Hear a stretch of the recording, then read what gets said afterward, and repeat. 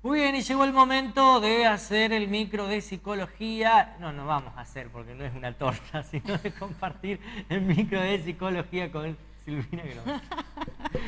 2 huevos, 1 kilo de... Y una psicóloga...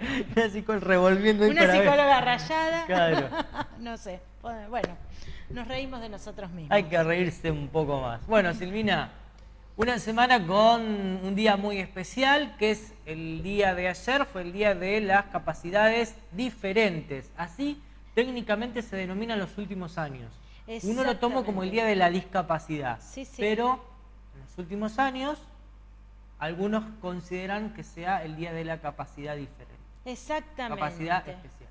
Sí, sí, que en realidad, digamos, creo que lo que apunta es a ver lo que se tiene, no lo que falta, ¿no? Claro. Aunque nosotros los seres humanos somos expertos en ver, no solo en las personas que tienen alguna dificultad, sino en nosotros mismos todo lo que nos falta. Somos expertos en esa mirada, ¿no? Pero en realidad, digo, en 3 de diciembre, Día del Médico emblemáticamente también, y Día de los Derechos de las Personas con Capacidades Diferentes o habitualmente conocidos como discapacitados, como alguien que padece una discapacidad, porque en realidad no es la persona. Claro. Un discapacitado, sino es un padecimiento o un cuadro. Y muchas veces cuando a mí he tenido el privilegio de trabajar con personas con algún tipo de dificultad, en mi consultorio muchas veces lo que trato de trabajar es qué significa ser discapacitado según el diccionario, y según el diccionario tiene que ver con una falta, con una limitación, con una deficiencia, con una dificultad en algún aspecto de la vida, ¿no? Y esto a mí siempre me lleva a poder trabajar esto de que en realidad todos tenemos faltas, todos tenemos una deficiencia, todos tenemos alguna limitación, ¿no? A todos nos cuesta algo en la vida. Entonces, si vamos a hablar del término discapacitado, creo que en algún punto o en algún área todos tenemos discapacidad de algo, así como tenemos muchas capacidades de otras cosas. Sí, sí. Y es importante que no nos detengamos tanto en lo que no se puede, porque maravillosamente, vos sabés que hay formas o hay maravillosamente la mente de cada ser humano, el apoyo de la familia, muchas veces hace que esa persona que tiene una dificultad para desarrollarse como se desarrolla el resto de los mortales, pueda compensar y encontrar la manera de lograr desarrollarse en la vida, ¿no? Y maravillosamente, digo, también he tenido la posibilidad en mis primeros años de psicóloga de trabajar en centros de rehabilitación neurológica, que trabajaba con cuadros que tienen que ver con lo clínico. No todas las discapacidades son clínicas, algunas son intelectuales, y hay de otro tipo también, pero ahí con el grupo de profesionales capacitado para trabajar desde la neurología, con la rehabilitación, etcétera y demás, están también las terapistas ocupacionales, que vos sabés, Ricardo, que es maravilloso el trabajo que hacen las terapistas ocupacionales adaptando para las personas diferentes instrumentos o herramientas para que se pueda desarrollar con una mejor calidad de vida. Yo me quedé asombrada en aquel tiempo y sigo asombrada de las capacidades de las TO para ayudar a la gente a poder compensar ciertas deficiencias y poder desarrollar las tareas habituales que una persona tiene que llevar adelante, ¿no? Y por el otro lado, poder trabajar también esto en este micro sobre que según el INDEC, el 15% de nuestra población argentina es discapacitada. Y cada vez que hablamos de una persona discapacitada, necesariamente tenemos que hablar que hay 2 o 3 personas directamente relacionadas a la discapacidad. Esto hace que un 45% de nuestra población esté relacionada en alguna medida directamente con una discapacidad. Entonces, pero fíjate vos cómo son nuestros parámetros sociales de exclusión, Sí. porque si uno pregunta o le preguntamos acá a la gente que nos está viendo, ¿cuántos de ellos tienen relación, han conocido o frecuentan o tienen algún vínculo con alguna persona discapacitada? El gran porcentaje de las personas va a decir que no tienen vínculo. Pero estamos hablando que el 45% de nuestra población debe tener algún vínculo, Bien. la mitad de nuestra población. Porque ahí está lo que en estos días se pone mucho énfasis en notas periodísticas hablando sobre estas temáticas como lo estamos haciendo nosotros. Entonces, uno simbólicamente cuando decimos, por ejemplo, ¿vieron cuando vos vas en la ruta y ves los símbolos? Por ejemplo, un plato y 2 tenedores, sabés que es un restaurante. Exacto. Un avión o aeropuerto. Una silla de rueda, discapacitado. Entonces uno asocia que la discapacidad es solamente las personas que por distintos motivos están en una silla de rueda. Pero profesionales dicen, no, hay, por ejemplo, en una entrevista el periodista tenía anteojos. Dice, vos sos un discapacitado pero visual, o tenés una capacidad especial en la vista.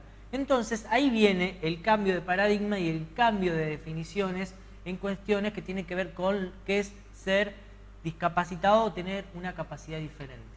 En diferentes ámbitos del cuerpo, como para decir. Exacto.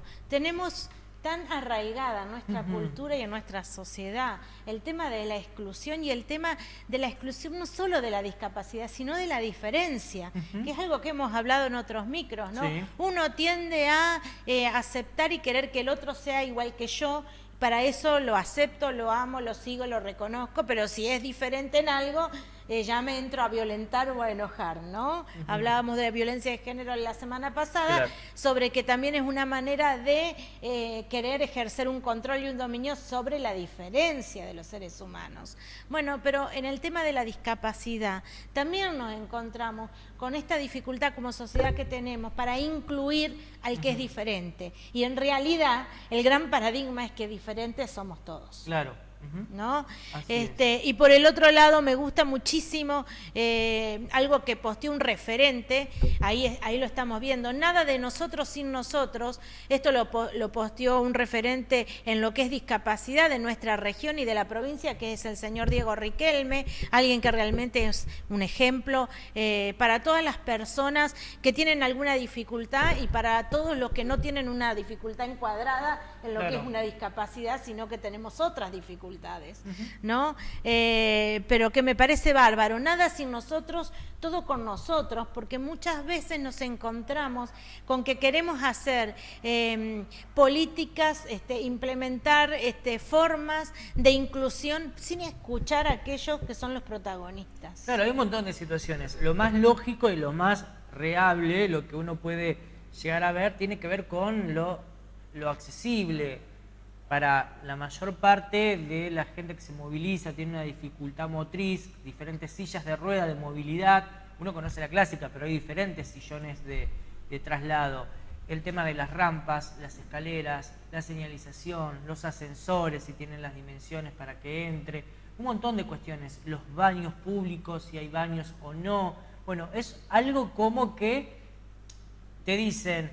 Por ejemplo, claro, las rampas de accesibilidad tienen que estar en los 4 puntos de esquina. Exacto. No en uno, porque baja en uno y donde sube en el otro.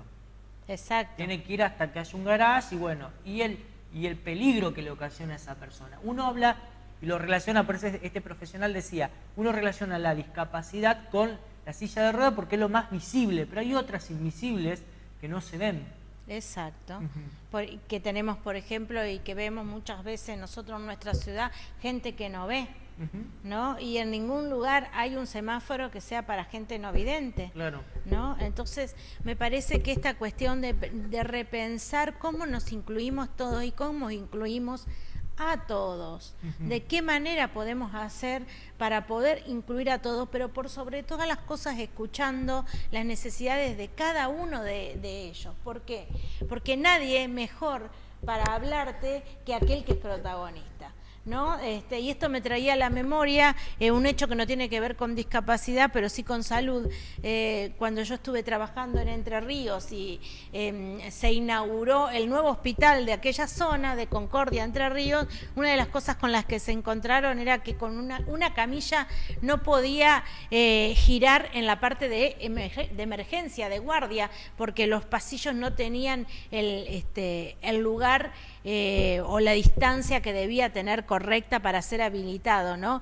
Y una de las cosas que en aquel momento decíamos es, no se preguntó, la gente que diagramó ese hospital no preguntó a quienes trabajan dentro. Y esto es exactamente lo mismo, a veces nos encontramos implementando políticas de inclusión o haciendo trabajo de inclusión, tanto en los ámbitos, en los clubes, en las escuelas, en los trabajos, pero no escuchando a sus protagonistas. Nadie mejor que para poder decirnos qué se necesita que el protagonista de esa historia, ¿no? Entonces me parece importante. Y la otra cuestión a repensar es a cuántos argumentos tenemos nosotros como sociedad que excluyen, que no visibilizan y que no ven, ¿no? Porque si nosotros estamos diciendo que hay un 45%, la mitad de nuestra población tiene algún tipo de conexión con alguna persona con alguna limitación, entonces estamos diciendo que no, la mitad de la población no está viendo.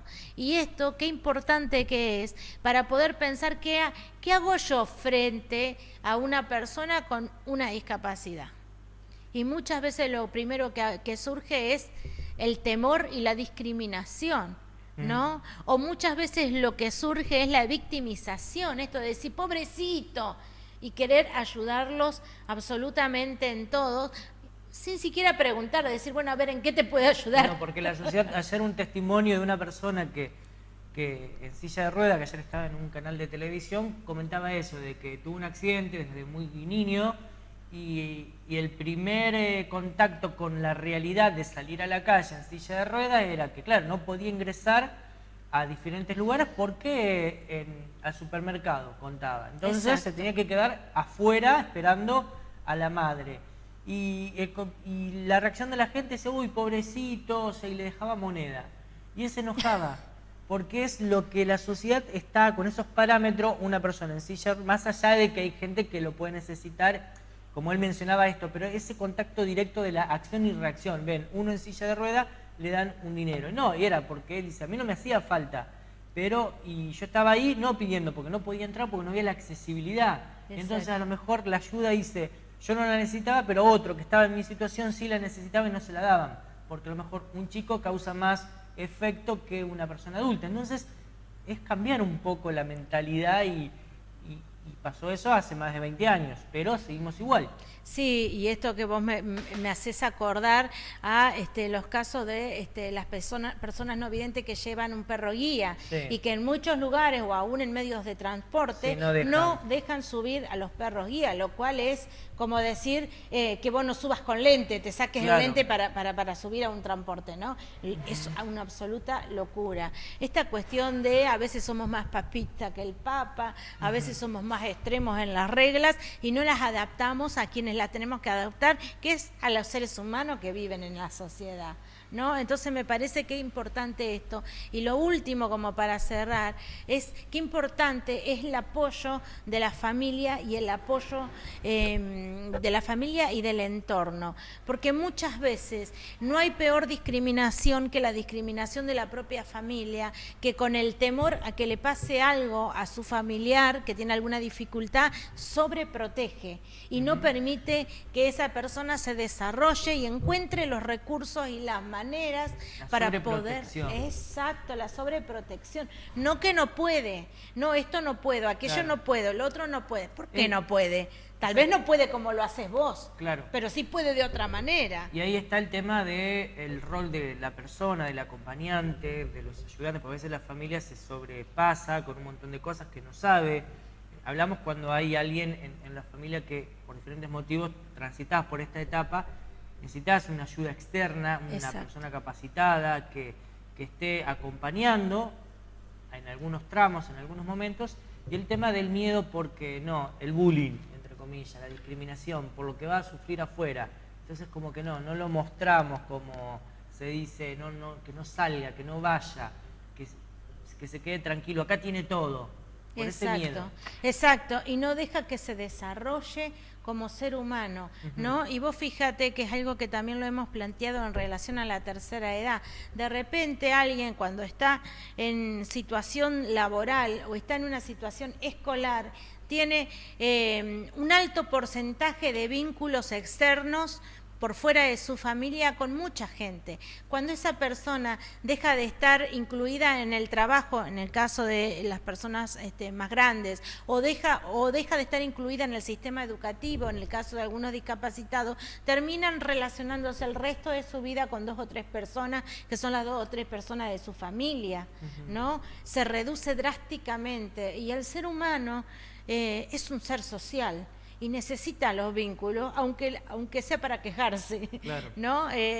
Pero el ser humano necesita los vínculos. Entonces esto de poder trabajar, si se puede, el acompañar, el apoyar, el ayudar a que esa persona que tiene una dificultad pueda autodeterminarse, ¿no? Pueda sentir que puede. ¿Por qué? Porque un niño con una dificultad que nace y crece y se desarrolla en un ámbito de una familia sobreprotectora, que todo el tiempo lo está cuidando como entre algodones y que todo el tiempo está teniendo miedo, lo cual es absolutamente lógico, pero que hay que poder retrabajar esto y elaborarlo, es alguien que se hace adulto pensando que no va a poder. Y por eso es muy importante esto de trabajar la autodeterminación, de que hay cosas que no se van a poder de la manera habitual, pero sí se van a poder de otra manera. Entonces, para que la persona que tiene alguna dificultad pueda desarrollarse en la vida y pueda superar los 1001 obstáculos que tiene que encontrar frente a su vida habitual, pero también pueda desarrollarse como un ser humano feliz, autodeterminado, que puede lograr muchas cosas, tal vez algunas no, pero otras muchas sí, y en ese camino tenemos que ayudar nosotros como familia, tenemos que ayudar nosotros como sociedad, tenemos que ayudar nosotros como vecinos, ¿no? Así es. Bueno, Silvina, interesante el tema de hoy, como todos los que abordamos. El tema es para despertar la inquietud en el otro y que algún aporte sea válido y lo pueda aplicar. Exactamente. Gracias, Silvina, nos vemos el próximo miércoles. Nosotros nos vamos a la pausa, el próximo bloque Más Info aquí en Tele 12.